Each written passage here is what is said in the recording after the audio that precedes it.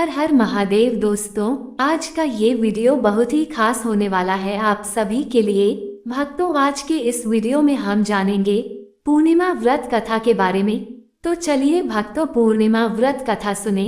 भक्तों, द्वापर युग में एक बार यशोदा जी ने श्री कृष्ण से कहा, हे कृष्ण, तुम सारे संसार के रचयिता तथा पालनहार हो। आज कोई ऐसा उपाय मुझसे कहो जिसके करने से स्त्रियों को सौभाग्य की प्राप्ति हो तथा उनकी सभी मनोकामनाएं पूर्ण हो। श्री कृष्ण कहने लगे, हे माता, मैं आपको एक उपाय विस्तार से बताता हूँ। सौभाग्य की प्राप्ति के लिए स्त्रियों को 32 पूर्णमासियों का व्रत करना चाहिए। श्री कृष्ण जी आगे कहने लगे कि इस धरती पर एक राजा चंद्रहास की अनेक प्रकार के रत्नों से परिपूर्ण व कातिका नाम की नगरी थी। वहां पर धनेश्वर नाम का एक ब्राह्मण था और उसकी स्त्री अति सुशील एवं रूपवती थी। दोनों ही उस नगरी में बड़े प्रेम के साथ रहते थे। घर में धन धान्य आदि की कमी नहीं थी। उनको केवल एक दुख था कि उनके कोई संतान नहीं थी। इस कारण वे अत्यंत दुखी रहते थे। एक समय एक तपस्वी उस नगरी में आया। वह तपस्वी उस ब्राह्मण के घर को छोड़कर अन्य सब घरों से भिक्षा लेकर भोजन किया करता था। एक दिन हमेशा की तरह तपस्वी भिक्षान को प्रेमपूर्वक खा रहा था कि धनेश्वर ने योगी का ये सब कार्य देख लिया।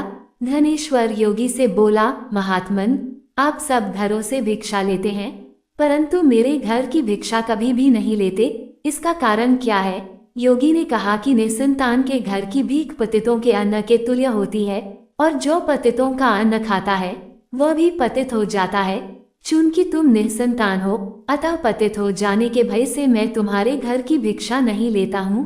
धनेश्वर यह बात सुनकर अपने मन में बहुत दुखी हुआ और हाथ जोड़कर योगी के पैरों पर गिर पड़ा तथा कहने लगा, हे महाराज, यदि ऐसा है तो आप मुझको पुत्र प्राप्ति का उपाय बताइए। आप सर्वज्ञ हैं, मुझ पर अवश्य ही कृपा कीजिए। मैं पुत्र न होने के कारण अत्यंत दुखी हूँ। आप मेरे इस दुख का हरण करें। आप सामर्थ्यवान हैं। ये सुनकर योगी कहने लगे, हे ब्राह्मण, तुम चंडी की आराधना करो। घर आकर उसने अपने स्त्री से सब वृतांत कहा और स्वयं तप के निमित्त वन में चला गया।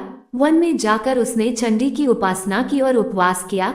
चंडी ने 16वें दिन उसको स्वप्न में दर्शन दिया और कहा, हे धनेश्वर, जा तेरे पुत्र होगा, परंतु वह 16 वर्ष की आयु में ही मृत्यु को प्राप्त हो जाएगा।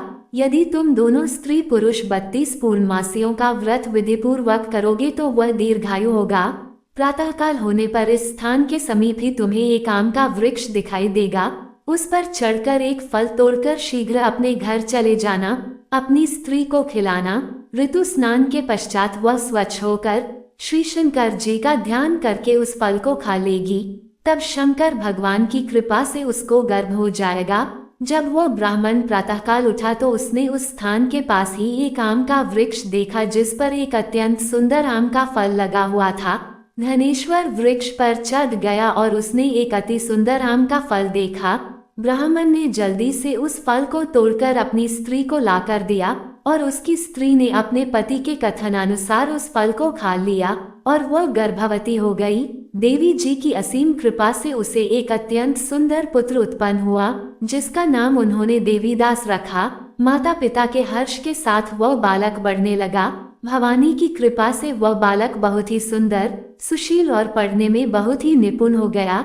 दुर्गा जी की आज्ञानुसार उसकी माता ने 32 पूर्णमासी का व्रत रखना प्रारंभ कर दिया था जिससे उसका पुत्र बड़ी आयु वाला हो जाए। 16वां वर्ष लगते ही देवीदास के माता पिता को चिंता हुई कि कहीं उनके पुत्र की इस वर्ष मृत्यु न हो जाए। इसलिए उन्होंने अपने मन में विचार किया कि यदि ये दुर्घटना उनके सामने हो गई तो वे कैसे सहन कर सकेंगे। इसलिए उन्होंने देवीदास के मामा को बुलाया और कहा कि हमारी इच्छा है कि देवीदास 1 वर्ष तक काशी में जाकर विद्याध्ययन करे, इसलिए साथ में तुम चले जाओ और 1 वर्ष के पश्चात इसको वापस लौटा लाना। सब प्रबंध करके उसके माता पिता ने काशी जाने के लिए देवीदास को एक घोड़े पर बैठाकर उसके मामा को उसके साथ भेज दिया। धनेश्वर ने सपत्नीक अपने पुत्र की मंगल कामना तथा दीर्घायु के लिए भगवती दुर्गा की आराधना और पूर्णमासियों का व्रत करना आरंभ कर दिया। इस प्रकार बराबर 32 पूर्णमासी का व्रत पूरा किया। कुछ समय पश्चात मामा और भांजा मार्ग में रात्रि बिताने के लिए किसी ग्राम में ठहरे हुए थे। उस दिन उस गांव में एक ब्राह्मण की अत्यंत सुंदर, सुशील और गुणवती कन्या का विवाह होने वाला था। जिस धर्मशाला के अंदर वर और उसकी बारात ठहरी हुई थी, उसी धर्मशाला में देवीदास और उसके मामा भी ठहरे हुए थे। संयोगवश कन्या को तेल आदि चढ़ाकर मंडप आदि का कृत्य किया गया तो लग्न के समय वर को धनुर्वात हो गया।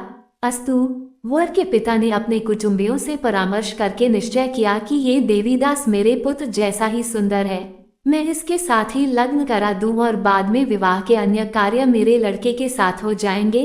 ऐसा सोचकर देवीदास के मामा से जाकर बोला कि तुम थोड़ी देर के लिए अपने भांजे को हमें दे दो, जिससे विवाह के लग्न का सब कृत्य सुचारू रूप से हो सके। तब उसका मामा कहने लगा कि जो कुछ भी मधुपक आदि कन्यादान के समय वर को मिले वह सब हमें दे दिया जाए, तो मेरा भांजा इस बारात का दूल्हा बन जाएगा। ये बात वर के पिता ने स्वीकार करने पर उसने अपना भांजा वर बनने को भेज दिया और उसके साथ सब विवाह कार्य रात्रि में विधिपूर्वक संपन्न हो गया। पत्नी के साथ वह भोजन न कर सका और अपने मन में सोचने लगा कि न जाने ये कैसी स्त्री होगी। वो एकांत में इसी सोच में पड़ गया तथा उसकी आंखों में आंसू भी आ गए। तब वधू ने पूछा कि क्या बात है, आप इतने दुखी क्यों हो रहे हैं। तब उसने सब बातें जो वर के पिता व उसके मामा में हुई थी उसको बतला दी। तब कन्या कहने लगी कि यह ब्रह्म विवाह के विपरीत हो कैसे सकता है। देव, ब्राह्मण और अग्नि के सामने मैंने आपको ही अपना पति बनाया है, इसलिए आप ही मेरे पति हैं। मैं आपकी ही पत्नी रहूंगी, किसी अन्य की कदापि नहीं। तब देवीदास ने कहा, ऐसा मत करिए क्योंकि मेरी आयु बहुत थोड़ी है, मेरे पश्चात आपकी क्या गति होगी, इन बातों को अच्छी तरह विचार लो। परंतु वह दृढ़ विचार वाली थी, बोली कि जो आपकी गति होगी वही मेरी गति होगी। हे स्वामी, आप उठिए और भोजन करिए, आप निश्चय ही भूखे होंगे।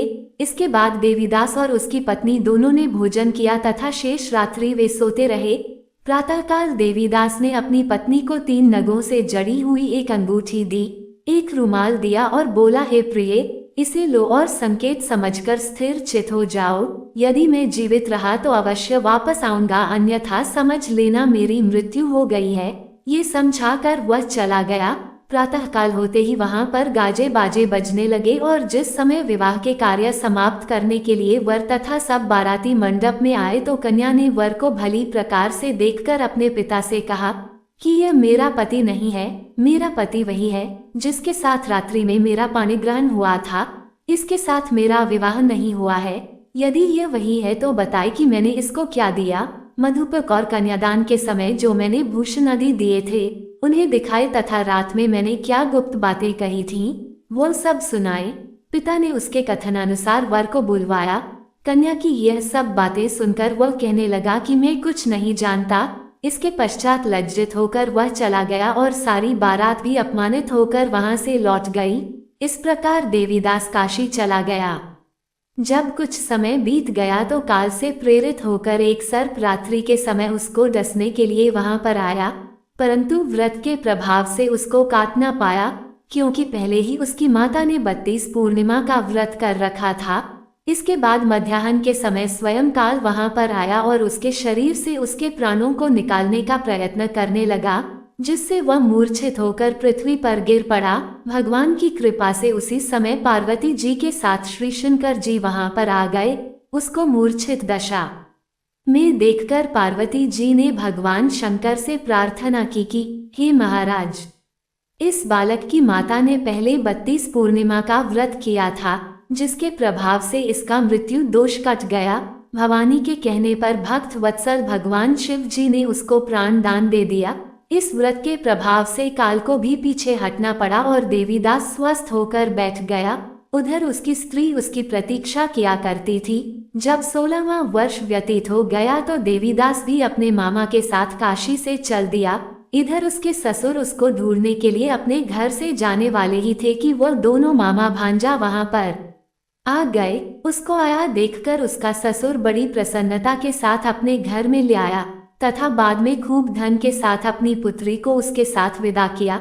श्री कृष्ण जी कहने लगे कि इस प्रकार धनेश्वर 32 पूर्णिमाओं के व्रत के प्रभाव से पुत्रवान हो गया।